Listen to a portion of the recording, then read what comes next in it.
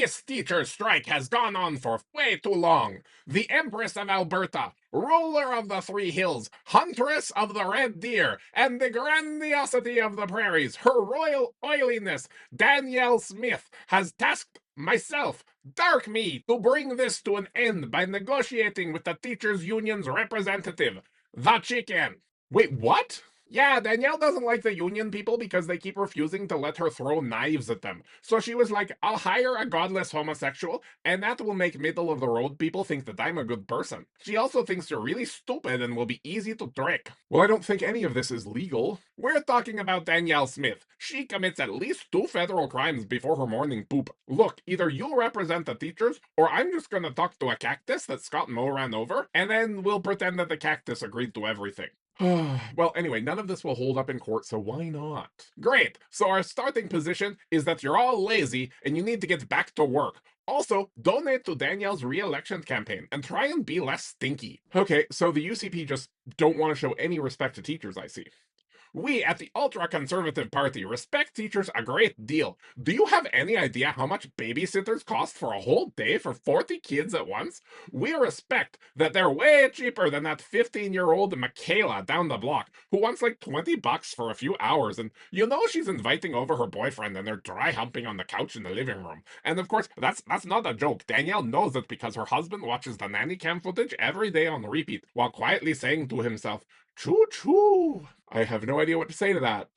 But if you respect teachers, then the province should be willing to pay them a living wage. You know, one that makes it so that they can afford a mortgage and car payments and they can afford to provide for their own kids. If teachers want to spend money on kids, they should spend it on their students. And there'll be even more students because we're doing this thing where we defund hospitals so that women have to get treated at the Catholic hospitals, where when they don't want to be pregnant, the nurses just look at them, shake their finger, and say, Girl, you're looser than Hatter. And this is Jesus' way to teach them to shut their legs. You guys have a really warped understanding of basically everything involving kids. No, no, no. We at the UCP, we love kids. Some people say we and our donors love them, statistically speaking, too much. But what do police officers know? Hey, have you heard of our plan to get rid of the RCMP so that they can't investigate us? Yeah, can we get back to the teachers? The government is claiming that they don't have any money to pay the necessary numbers of teachers, and they won't negotiate on maximum class sizes.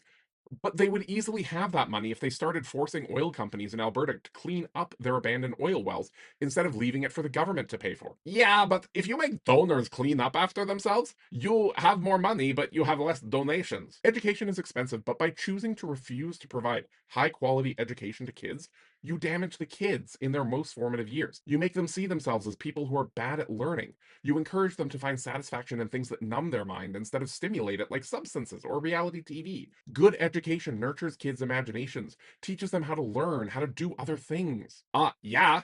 It results in them becoming an internet computer chicken. You're right, I wouldn't have learned the basics of how to do graphic design if not for the graphic arts program at my high school. I wouldn't have learned how to be funny if I hadn't taken an improv class, and I wouldn't have learned to write engagingly if it wasn't for English Lit. Exactly! Danielle doesn't want people like you to exist! Danielle wants the children of Alberta to be numb, to be boring, to think that truck nuts are classy, to think that they're clever when they repost memes. She doesn't care about art. When you can type a prompt into ChatGPT, who cares about craft? You can burn down the forest and get a video of you pooping on people from an airplane. That's very funny. Alberta doesn't need good teachers because Albertans don't need to think. They just need to obey and be angry. And that is what Danielle wants. An Alberta where everyone is dumb and angry and obedient. Danielle just needs teachers to make kids dumb and angry. They don't need to be paid well for that kind of work. And what should people do if they don't want their kids to be dumb and angry? Well, they probably shouldn't vote for the party that's for dumb and angry people. But they did, so we're going to make their kids super dumb. I'm just gonna write on this form that you agreed with all of our positions.